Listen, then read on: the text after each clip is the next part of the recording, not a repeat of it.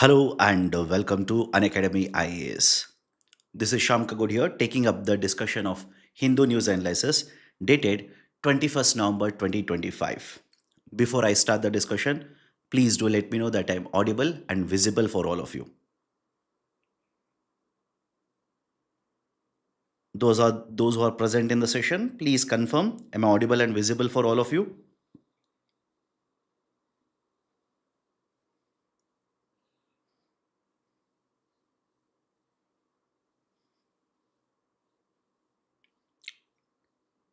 Great. Let's start then.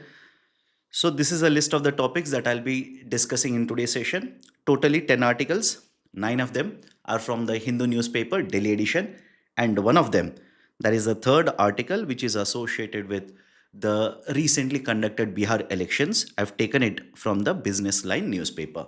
So, totally 10. We will have a detailed discussion. We will be able to understand the concepts related to prelims as well as mains examination. If you're liking this initiative, do not forget to hit the like button.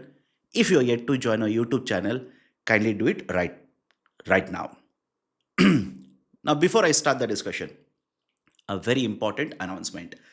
23rd November, in two slots, 11 a.m. and 5 p.m., the Unacademy is conducting the UCSE, Mega UCSE.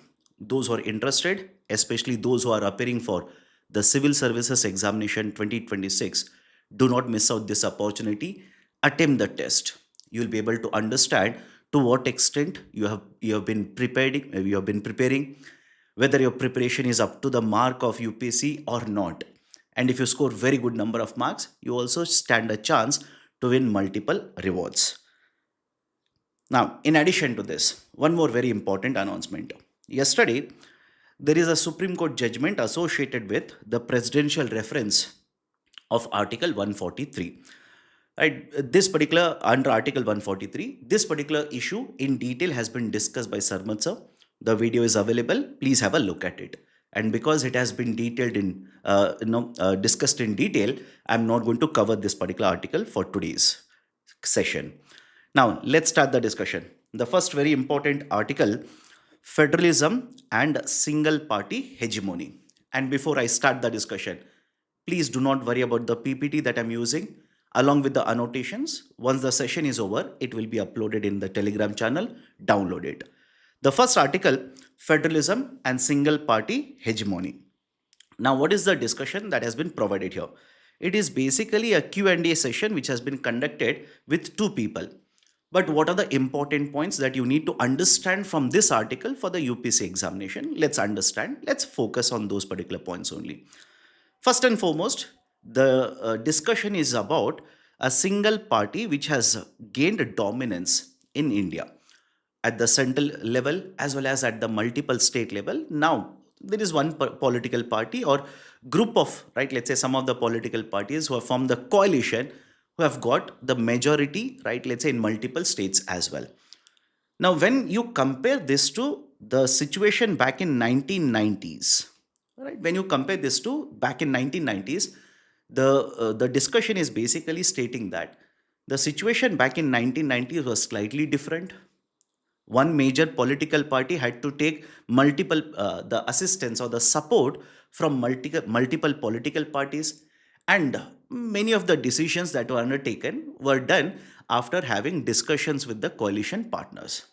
But in recent times, there have been multiple reforms as well as the implementation of recommendations, the bodies, etc., which has actually led to certain imbalancing or the balance that used to exist earlier that is not present today. More and more decisions are being taken, according to the writers here, more and more decisions are being undertaken, which is basically associated with one political party's interest. Now, what are the areas which have been discussed? Although the discussion is given in full page like this, let's summarize under these particular headings.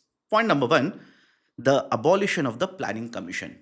Earlier, back in the year 1950, the government of India established a planning commission. The planning commission used to formulate the 5-year plans, and these particular 5-year plans were implemented across the whole of India. But the important point here is the planning commission along with formulation of the plan, used to influence investments. Used to influence investments. How so? Let's take a simple example. A 5-year plan is made, and this particular 5-year plan is implemented across India. And under this, multiple projects are announced. Multiple projects have been covered. Now, these particular projects at the state level have to be implemented by the state government. The funding for this, a lot of times, would be allocated by the central government. So, that is basically the point that they're discussing here. The Planning Commission used to form the plan, the funds used to go from the center to the state, and the states used to implement this particular plan. Now, what is the situation in India? Post 2014, the government of India has abolished a planning commission. And in place of planning commission, there is a new authority which has been set up by the name of Niti Aayog. Niti Aayog, please remember this, is not associated in any way or the form regarding allocation of the funds for the states. I'll repeat the statement here. Niti Aayog is not at all associated with allocation of funds, doesn't influence any kind of a funding that is provided by the center to the states. So this is one very important change that has taken place back in 1990s to current situation. And as a result of this, what is the outcome? Multiple states, you must have seen in the recent past, have been requesting the center either to allocate more funds, or they have been protesting against some of the policies of the union government. I'll just give you one example. The centrally sponsored schemes. This is one more area which has been covered under the discussion in the article. Centrally sponsored schemes. What are essentially the centrally sponsored schemes? These are the kind of schemes where some of the funding will come from the center and the remaining will come from the state. The state has to contribute. There is no other option here. But what if a particular state is unhappy with a particular scheme? It doesn't want to contribute so much amount of money. And more importantly, what if the state doesn't have sufficient financial resources? You must have heard of multiple states, Himachal Pradesh, Kerala government, etc., which are already facing a lot of financial issues. So what if the state doesn't want to participate or doesn't want to contribute? There is no option for it. Even though its finances are under stress, they will have to continue to contribute. Third one, Finance Commission. Right? Finance Commission. Why the Finance Commission discussion is also covered under the article. The Finance Commission, right now, the 15th Finance Commission recommendations are being implemented. Right now, 15th Finance Commission. And from the next year, 16th Finance Commission recommendation will come into force. But the concern that has been raised by multiple states is that the recommendations, especially the horizontal devolution formula, that is, how much funds will be distributed amongst the states. How much of this will go to state 1, state 2, state 3. There is a formula which is given for this. So the concern is the horizontal devolution formula may not work in favor of some of the states and might work very well in favor of some other states. For example, in recent past, there has been a debate surrounding population coverage and the weightage that has been provided under the 15th Finance Commission horizontal devolution formula. And because the population is one of the criteria and the weightage is provided, a lot of these particular funds end up going to some of the most populated states. There can be a debate whether should we give so much amount of money or not, but this is one area which has been discussed in the article here. So Planning Commission, Finance Commission recommendation, centrally sponsored schemes, cesses and surcharges. What is the debate? The central government imposes cesses and surcharges, collects it, and there is no mandate on the center. There is no compulsion on the center to distribute these cesses and surcharges with the states. If the center wants to distribute, they can do it. If they do not want to distribute, the entire amount can be kept with the central government itself. So the inclusion of cesses and surcharges only under the central government, right? Let's say funding or let's say allocation, collection, etc. That is also one concern. And most of the states are basically worried that center will increase the tax rate not by increasing the base rate but rather imposing cesses and surcharges. And they will collect it and keep it with themselves, but states will not be getting any additional funds out of the collection. And finally, one more area which has been covered under the discussion is GST Council. The concept of GST Council was implemented to promote federalism, the idea of cooperative federalism, where center and states both will come together, formulate a body, and implement the policy in an effective manner.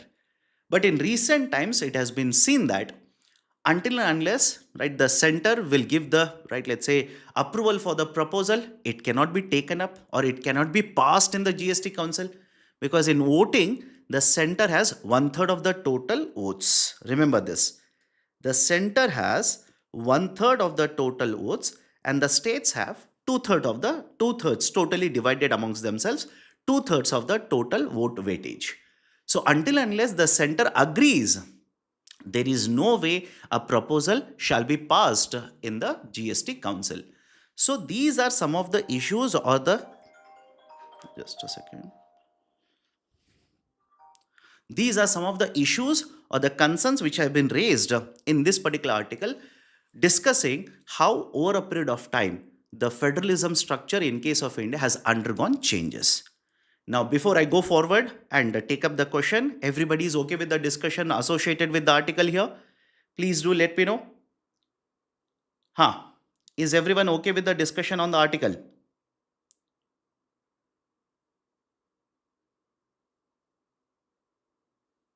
Done? Okay. Now, associated with this, I've given a descriptive question. Please have a look at the question.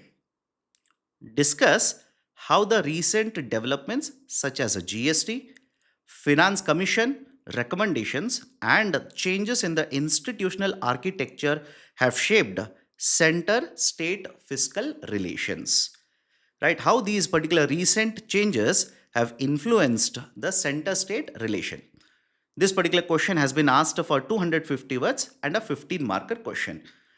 In the context of this particular question, how do you approach it? Very quickly, I'll tell you. Write an introduction, and this is my suggestion, this is my advice to you. Whenever you write an introduction, try to keep the introduction as much as current affairs oriented. For example, can you quote data associated with, let's say, GST completing 8 years or 9 years whenever you write the exam, or the 16th Finance Commission report being submitted?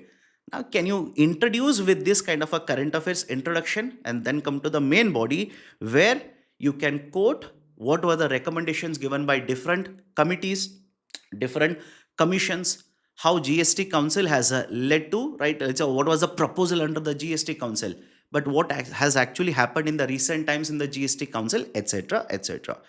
Right? So this is an assignment to you. Please take up and please remember my advice. In the UPSC examination, it will be the mains answer writing which most of you will face difficulty in. Practice mains answer writing as much as possible. Now, let me go forward. Second article, Gamechanger in Bihar elections. The Gamechanger in Bihar elections. Now, what is the discussion that has been provided here? The discussion is very simple. In recently conducted Bihar State Legislative Assembly elections, the NDA has won the majority and it has surpassed the expectations, has won huge number of seats out of the total number of seats. Now, after the elections have been completed, now there is a debate or the discussion. What has led to, let's say, the victory of certain political party, and what has actually led to, let's say, certain political party losing lot of seats. More of a political debate, but what are the important points mentioned in the article? Let's look at only the important points. One of the reasons why NDA won huge number of seats is basically the participation of women voters. The participation of women voters. In addition to women voters, even the participation of youth and voting pattern of the youth also has helped the NDA to garner, or this particular coalition to get huge number of seats in the recently held elections.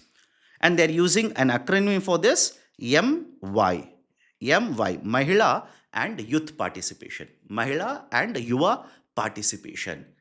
Now, what are the reasons behind this? Please understand, whenever you talk about youth participation or youth voters, they generally are more interested in a particular political party which is proposing to address the problems that they are facing. For example, youth are generally worried about the unemployment rate. They are generally worried about the unemployment rate. In case of India, in multiple states, at multiple points of time, you must have heard of this. A lot of population is not able to get access to formal jobs, quality jobs. And the story is the same in the context of even the state of Bihar. So the participation of youth most of the times is driven by the factors, or let's say the issues that they are facing on day-to-day basis. So here it is also associated with the, let's say, problems faced by them. And in case of Mahila, right, the women participation in the state elections has been a record breaking participation. They have participated to a very great extent, voted in one, right, let's say in favor of a particular political party. A lot of discussion and the debate surrounding the women participation has been associated with the announcement of the Mukhyamantri Mahila Rozgar Yojana. Mukhyamantri Mahila Rozgar Yojana initiative of the government, that is the state government, which was announced just before the elections, wherein the state government announced giving, right, a grant of 10,000 rupees, which will be helping them to get access to the credit and set up, or let's say basically generate self-employment. So in the context of women, the participation has increased. In the context of youth, the participation has increased. In fact, in the state of Bihar, the article says the participation of women voters is higher compared to the male voters. And the reasons behind this is also, one of the reasons they say is, lot of male population from Bihar migrates to other states. It migrates to other states, and during the elections, they may not be in a position to come back and vote in the elections. And that's a reason, right? Historically, from the year 2015 elections itself, the participation of women voters in the state of Bihar, or the elections of Bihar, has been comparatively higher, right, when you compare it to male population as a percentage of total voters. Now, these are the two very important aspects. Third very important aspect discussed in the article is, the writer simply says it will be oversimplification. Without considering many other factors, it will be oversimplification if you simply say, right, women voters are higher, male voters are higher, or let's say Yuva voters are higher because of this. The author or the writer simply says there are multiple factors to consider whenever this kind of a, right, let's say outcome is observed. Multiple factors you will have to take into consideration. Now, in addition to this, I want to have a discussion associated with one more aspect of Bihar elections. Right? What is one more aspect of the Bihar elections? This one I've taken from the Business Line newspaper. Multiple states have completed elections in recent times, including Bihar, and multiple states are set to go for elections in the next year. For example, Tamil Nadu, West Bengal, etc. Now, what is the discussion that is happening in the article here? The discussion is simple. Whenever elections are around the corner, the governments, whichever, right, either the central government or the state government, tend to announce a lot of welfare schemes. And whenever the states announce welfare schemes like this, it will have a huge impact on the finances of the state government.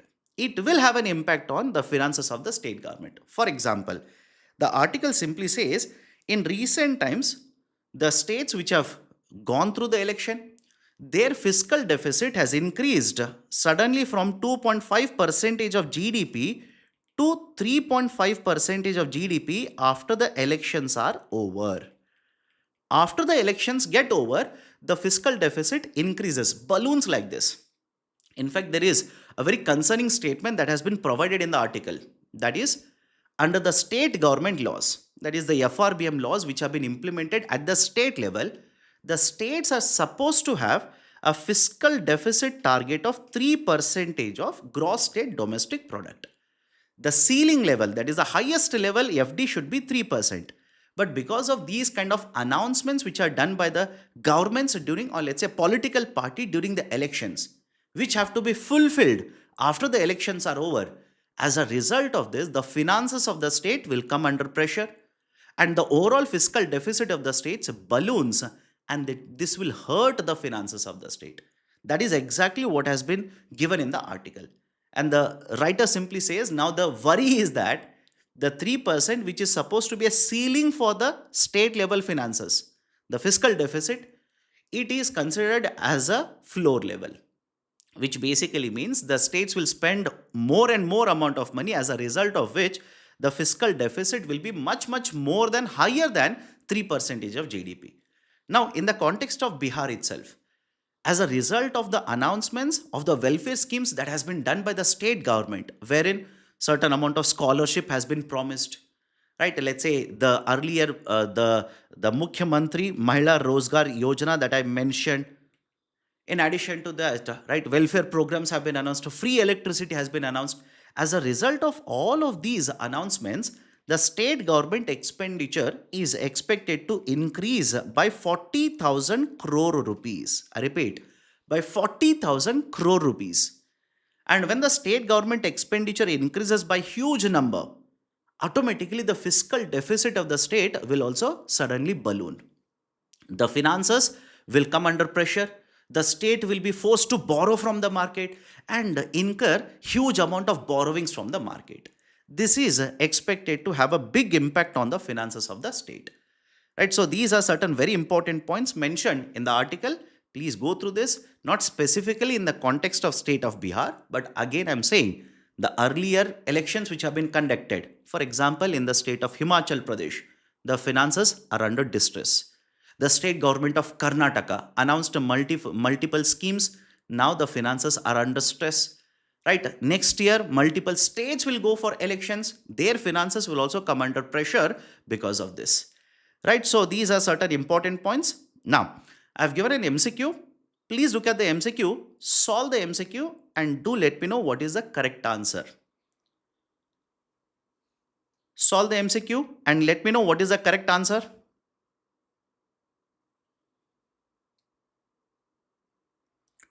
Consider the following statements. The provisions of FRBM Act of 2003 limit the borrowings of the center as well as the states.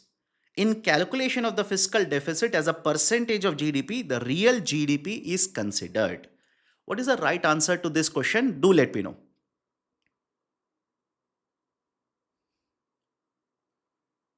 Devendra says option A. Others? Option A.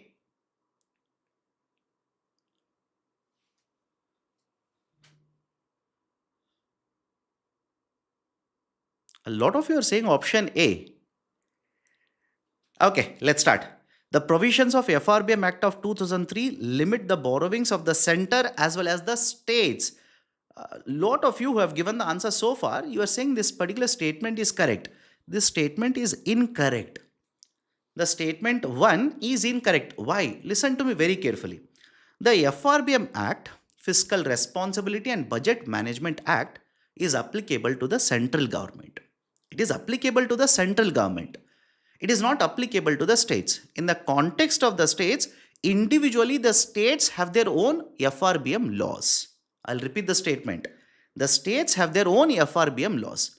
And there have been multiple states which implemented FRBM or FRL laws even before the center introduced FRBM. For example, Uttar Pradesh, Karnataka government, they implemented FRL. Some of the states will call it as FRL, some states will call it as FRBM. They implemented this even before 2003, that is in the year 2002 itself. So under those respective state government laws, there is a provision which will restrict the borrowings of the states. And under the constitution, essentially you need to remember Article 293, a subsection of that or a part of that, which will basically impose a condition on the states that they need the permission of the center before they are allowed to borrow from the market. So first statement incorrect. Some of you said option B now.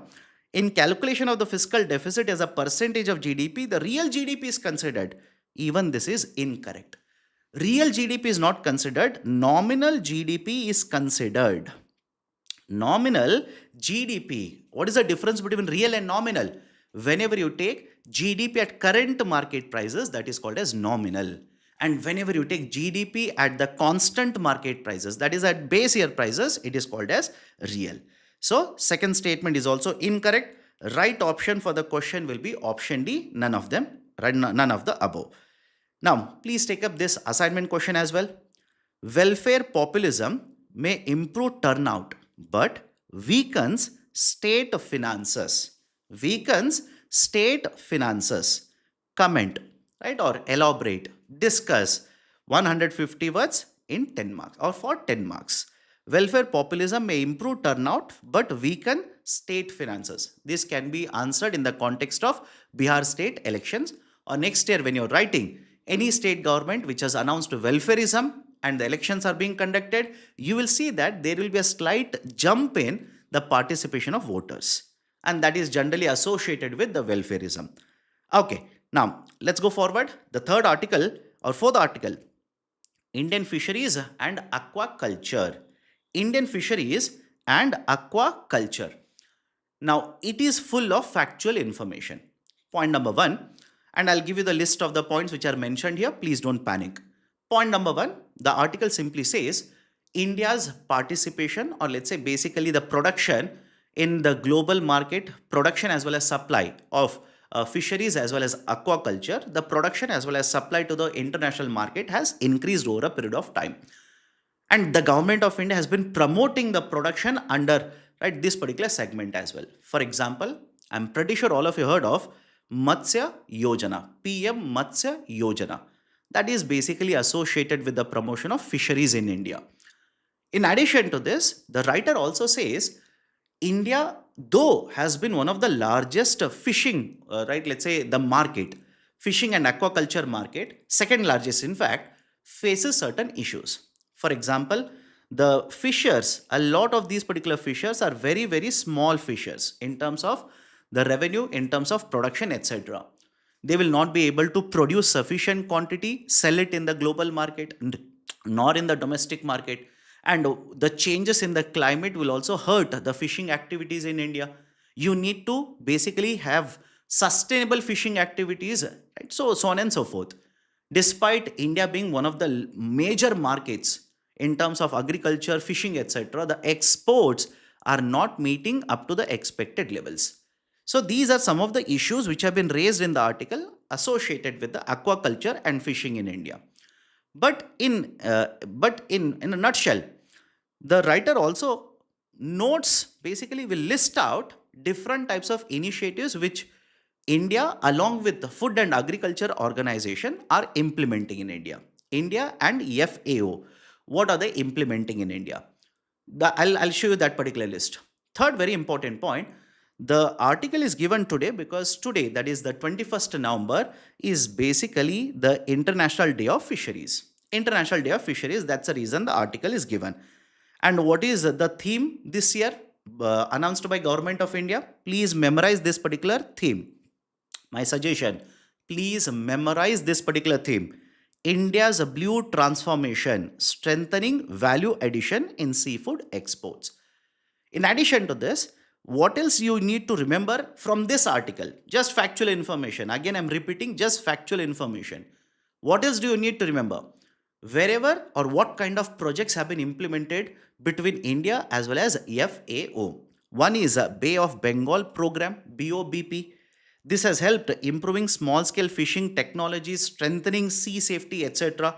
Second one is Bay of Bengal large marine ecosystem project, where a lot of measures or the initiatives have been taken in order to promote a sustainable fishing, in order to regulate illegal, unreported, unregulated fishing, etc. It is also supporting a global environment facility, which is being which is a funded project in Andhra Pradesh, where the focus is again on the concept of promoting sustainable fishing activity or aquaculture activities. And the technical cooperation program, TCP, also has been set up under FAO, which is intending to assist and strengthen the technical capacities basically to develop fishing ports in India. So these are the very important areas where India and FAO jointly are implementing the project. Beyond this, I repeat, beyond this, there is no such relevant information that you need from this article which is required for the UPSC examination. Is everybody okay with this particular coverage of the article? Please do let me know. Those who are present in the session, please do let me know. Everybody is okay with the coverage of the article so far?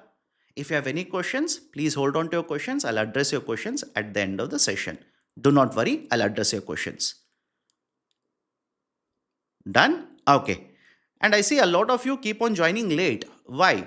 Please join at 10 a.m. I start the session at 10 a.m. Please join at 10 a.m. Okay. Next one. US approves sale of missiles to India. The government of USA or the Defense Ministry has approved the sale of missiles to India.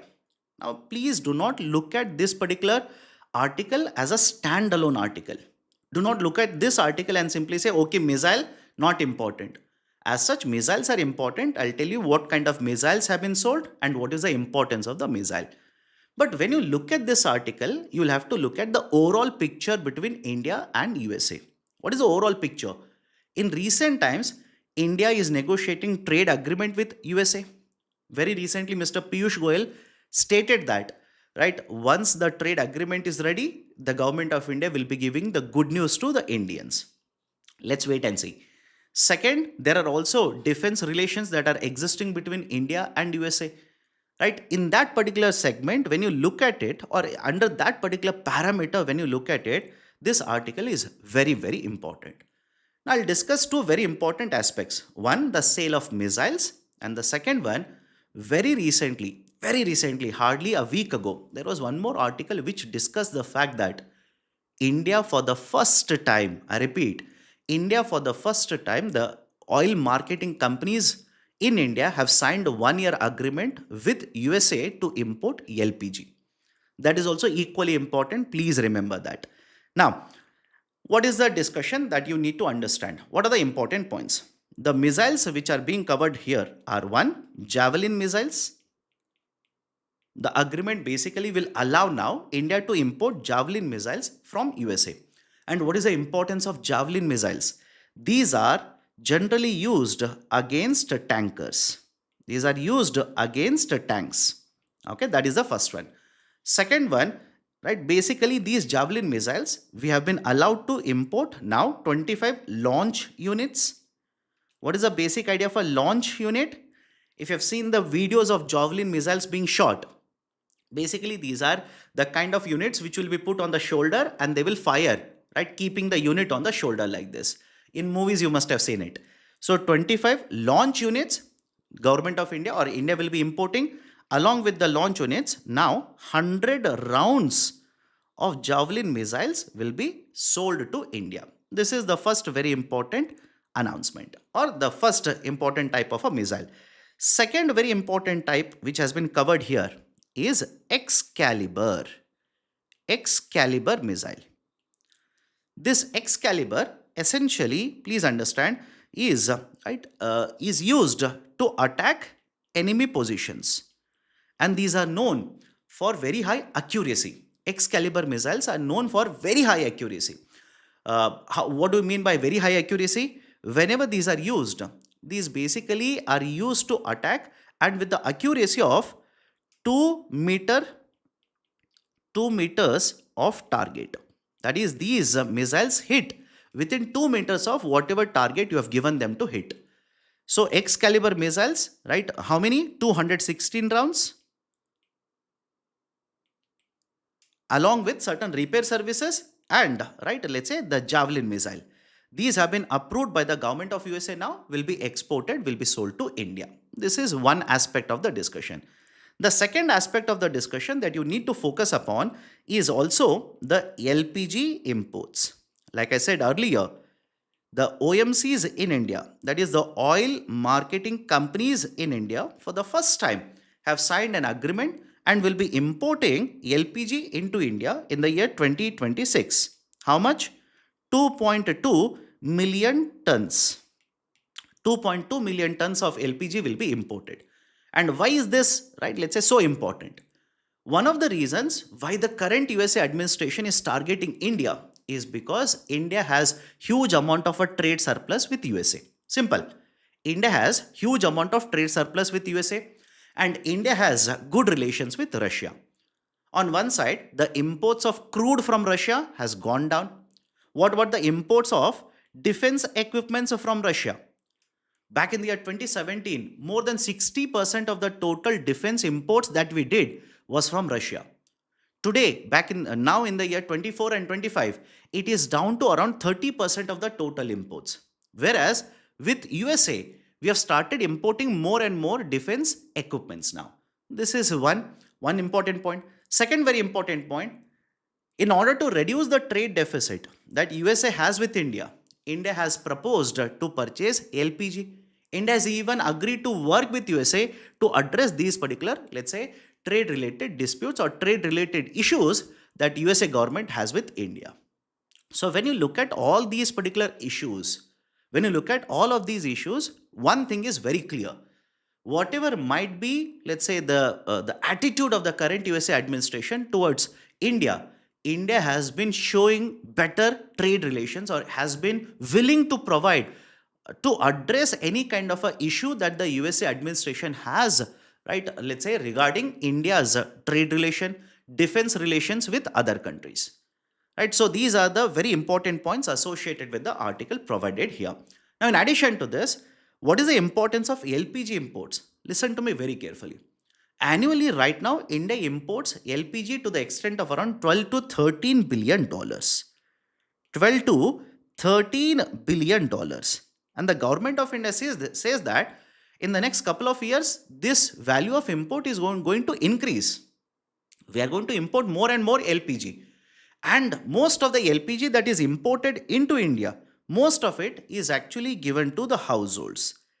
It is consumed by the households. How much? According to one estimates, around 90% of the total imports is actually sent to households for consumption purposes. So these are certain very important points associated with the article provided here. Can I move on to the next article? Please do let me know. Those who are present in the session, give me the confirmation. Can I move on to the next article? Great. Next article, 10 years of Juvenile Justice Act, JJ Act of 2015.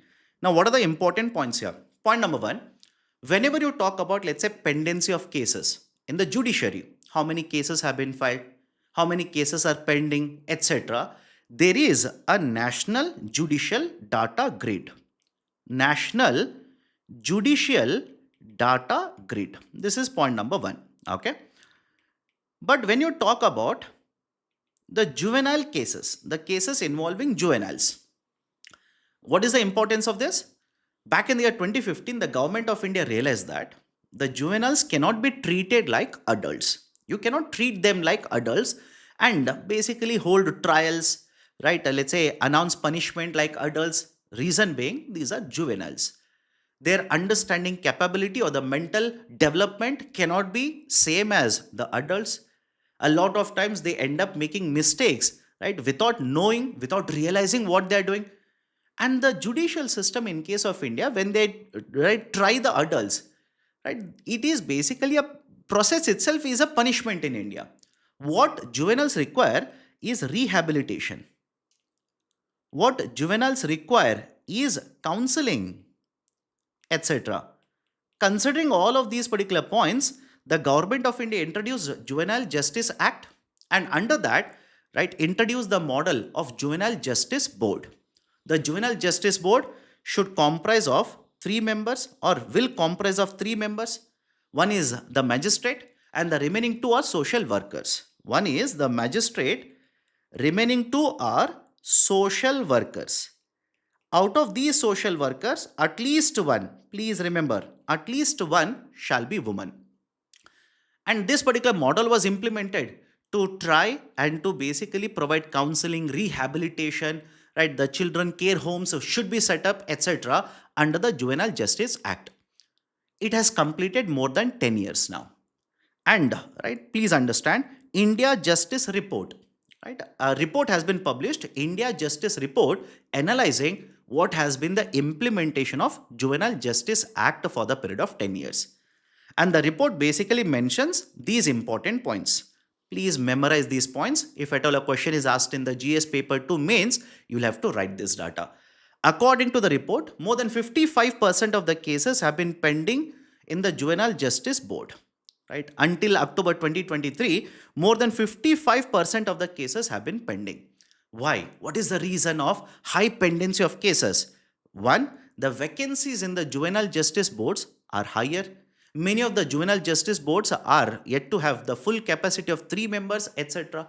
And not just this, right? The insufficient legal aid because of the funding issue, etc., is also considered to be a problem. What is this insufficient legal aid? Let's say a juvenile has been held for committing certain crime. The person has been held or the juvenile has been held. The person has to be or the juvenile has to be provided with legal counseling. The juvenile has to be provided with legal aid. But for that, money is required. So insufficient funding has led to ineffective functioning of the Juvenile Justice Board. Third issue, inadequate data monitoring. Like I said, like let's say for the judiciary, where there is a national data grid, for the juvenile justice, there is no data maintenance right across India. There is no framework for maintaining the data. And finally, interagency coordination as well as data sharing is also lagging behind. A lot of times, data which is collected by one agency is not provided to another agency, which is holding back the effective implementation of Juvenile Justice Board. So these are the very important points which have been found out or pointed out under this IJR report. Please memorize them and use it to basically evaluate the efficiency of the Juvenile Justice Act in India. Okay, next, associated with this, I've given an MCQ. Please solve the MCQ and give me the answer very quickly. What is the answer to the question? Please do let me know. The Juvenile Justice Board are constitutional authorities. The JJBs comprise 3 members, of which at least 2 should be women. Each of the districts will have at least 1 Juvenile Justice Board.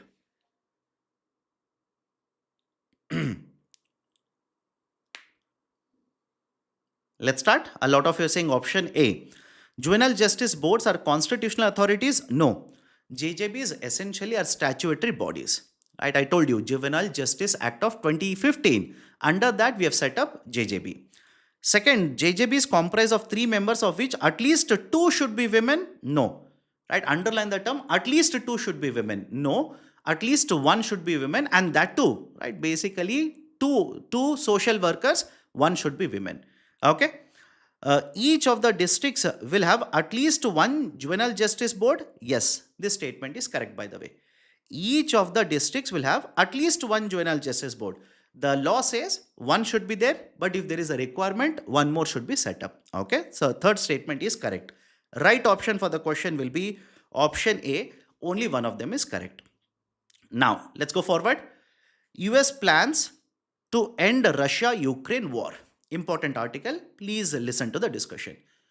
The government of USA, basically through the special representative, Mr. Witkoff, through the back channel, has held consultations with the representative of Russia without any representation from the government of Ukraine, and they have proposed a plan to Ukraine now to end the Russia-Ukraine war. What is the plan? What are the important points?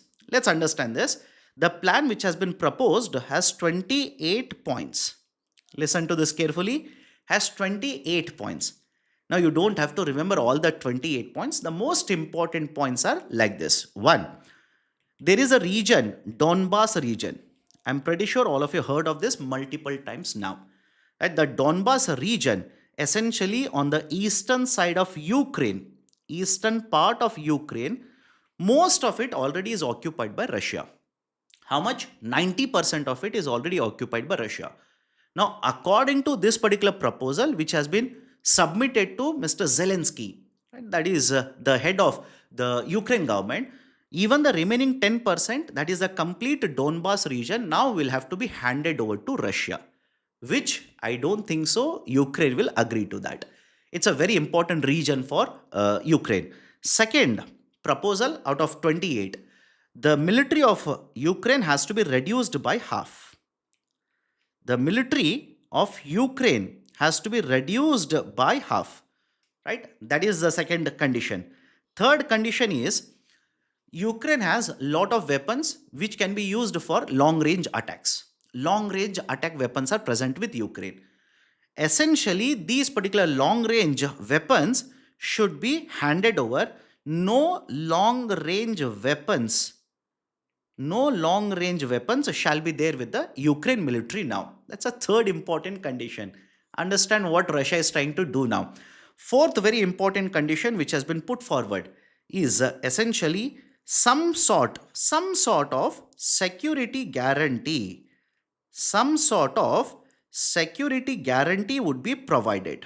What is the final security guarantee? There is no clarity as of it right now. Some sort of security guarantee will be provided. And those who are new to the session, what is the basic idea of a security guarantee? It is an assurance given by one more group or another party. If there is an attack on this country, they will come in support. And that is essentially the concept of a security guarantee, which is part of NATO.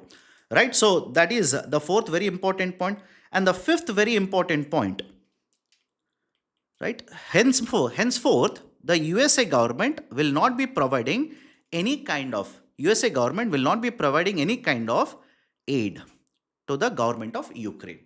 Henceforth, the USA government shall not provide any kind of aid to the Ukraine. So these are the five most important ones. Apart from this, there are other right conditions also. For example, there's a condition which states Russian has to be introduced in Ukraine. It has to be given, the language has to be given certain status, etc. So multiple conditions are there. But out of all the 20 plus conditions, the major or the most important conditions, which is going to be very contentious, which might lead to either, right, basically the whole process breaking down, are these particular conditions. Done. So this particular proposal has been submitted to the government of Ukraine. Let's wait and see what will the head of the Ukraine government basically say. Because until now, apart from fighting a war with Russia, the Ukraine president has been visiting European countries, has been getting a lot of support. For example, very recently visited France, got a lot of support there. In addition to that, there is already a scam associated with misuse of the funds in the domestic market, wherein some of the ministers under the current administration had to be forced to be resigned, etc. Lot of issues are already there. In addition to this, now this particular proposal has been put forward. Let's wait and see what the Ukraine administration will do with this particular proposal. Now, next article associated with the dark pattern. Everybody is okay with the previous article? Please do let me know. Next article is dark pattern, concept associated with the dark pattern. What is the issue here? Listen to me very carefully. Dark pattern essentially means some strategy which has been used which is misleading. Don't complicate the definition. The strategy which has been adopted by the companies, which is a misleading strategy, which will force the buyers to purchase something even though they are not interested. Initially, they were not willing to purchase it. For example, a lot of you, when you are scrolling through Amazon app, whenever you want to purchase a product in the Amazon app, they will show that only one unit is left. Or when you are trying to purchase an air ticket, they'll simply say only 2 seats are left, etc. So these are essentially, right, one type. More than 10 types of dark patterns have been listed by the government of India. This is one type of a dark pattern. And the argument is very simple. Because of this particular practice, a buyer who was not interested to purchase will end up buying the product. Right? So in the context of this, the government of India, that is essentially the Central Consumer Protection Authority. Central Consumer Protection Authority has directed the e-commerce companies to go for self-auditing and submit a report. Simple. They've directed the e-commerce entities to go for self-auditing and submit a report. Stating what? Stating that they have ensured in their e-commerce website there is absolutely no dark patterns. Is it okay? In their websites, there is absolutely no practice of dark pattern. They will have to give an undertaking to the government after conducting the auditing process. This was the directive which was issued by the Central Consumer Protection Authority. So far, 26 entities, 26 digital service providers have submitted the audit report and they have given the undertaking to the authority stating that they do not have any kind of a practice of dark patterns on their website. And these dark patterns need to be removed. Reason being, consumer will be misled. Consumer will not be given the correct information. Consumer can fall into FOMO and end up purchasing a product which they may not actually require at that point of a time. Consumer might end up paying more amount of money than what is required. For example, there is one type of a dark pattern called as basket sneaking, wherein you purchase a product and any product associated with that, the company will automatically add that in your basket. And once you order, you will realize you did not want to purchase the second product, but because it is related to the first product, it was automatically added onto the basket, you ended up purchasing. Right? So there will be a lot of issues when the companies will practice these kind of dark patterns. Now, interestingly, the largest e-commerce entity in India, which is having the major market share, Amazon, so far has not submitted a report regarding the self audit requirement. It has not submitted the report so far. So let's wait and see what kind of disclosures will be made by these companies. What will be the impact of these kind of regulations implemented by the government authorities? But please remember, it is the Central Consumer Protection Authority, which is the nodal authority associated or against the practice of dark patterns in India. Done? Okay. Now, next article, the Cheetah Project. In a first Indian-born cheetah, Mukhi gives birth to 5 cubs. Everybody is okay with the discussion so far? Please do let me know.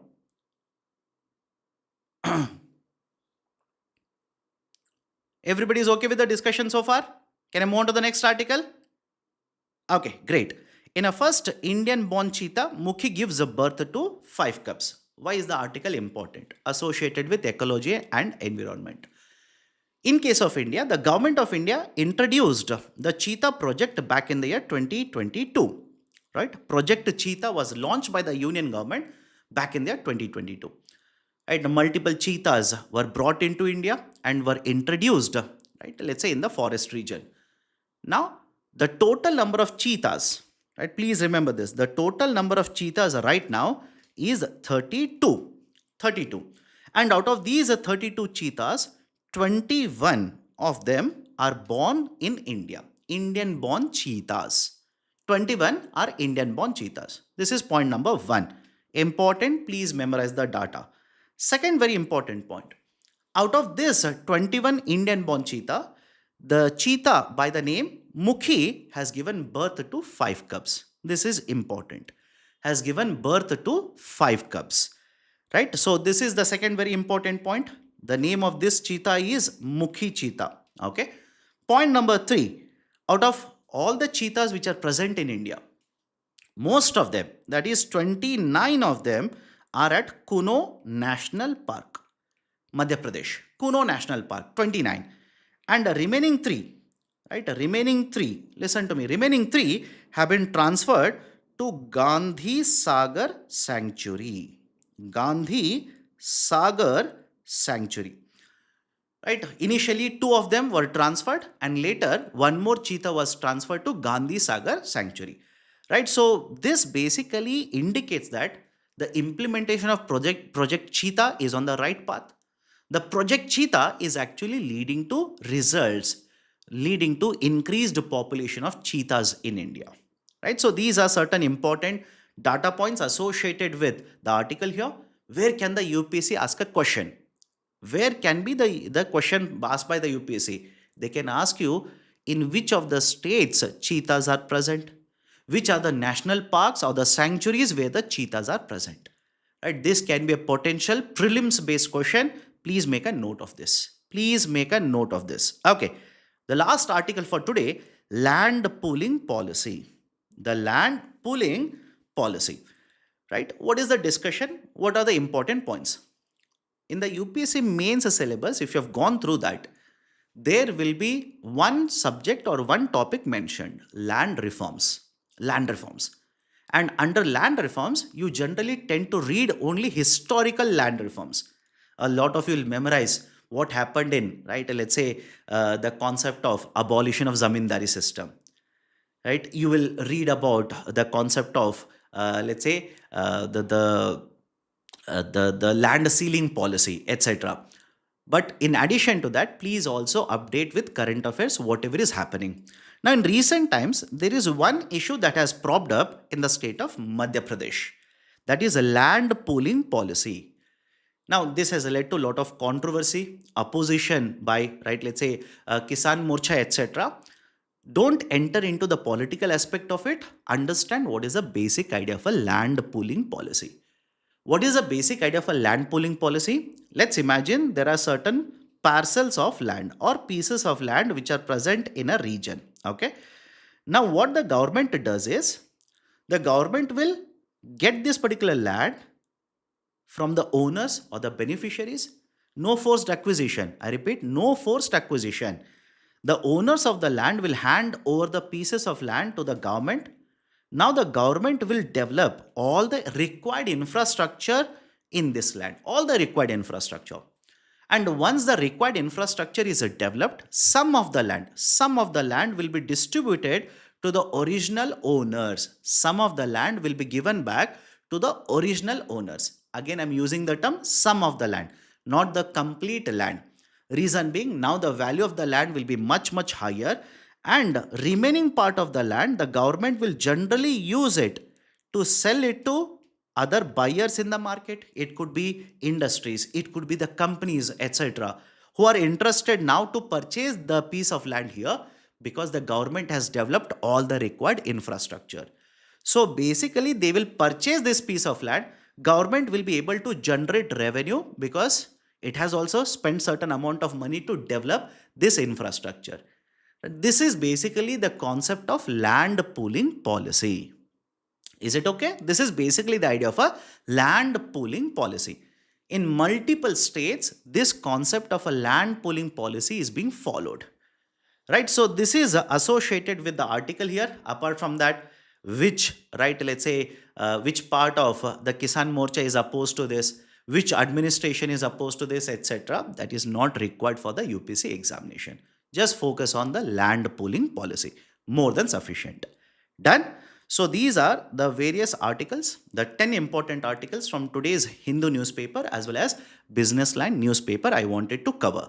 Now, if any of you have got any kind of doubts, issues, problems, etc., do let me know. Let me address your doubts. 7007 PK सरमत sir की class है. My dear, go attend the class. Please attend the class.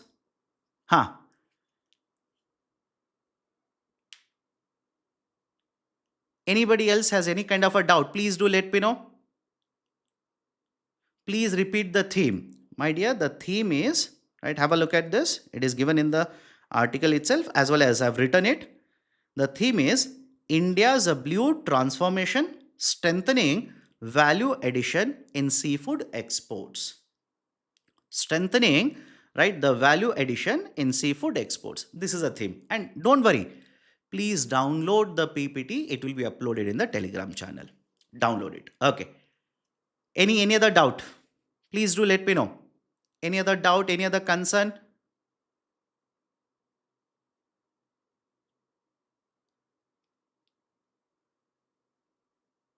Does seafood cover apeda? My dear, generally apeda is associated with agriculture processed foods. Agriculture processed foods. Okay. Sir, in foreign exchange, NER, nominal exchange rate. My dear, nominal exchange rate simply means right now in the market, what is the exchange rate between a dollar and a rupee? That's it. In the market right now, what is the exchange rate? That is how many rupees you will have to pay to get the dollar. That is called as nominal exchange rate. But when you talk about real exchange rate, you have to compare the price levels of the goods. Price levels of the goods, not just the currency exchange rate. Okay, done. Let me stop the discussion today here.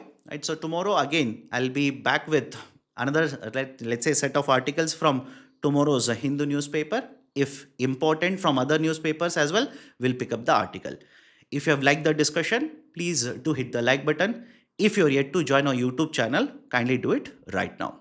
Thank you. Have a great day. See you tomorrow, same time, 10 a.m.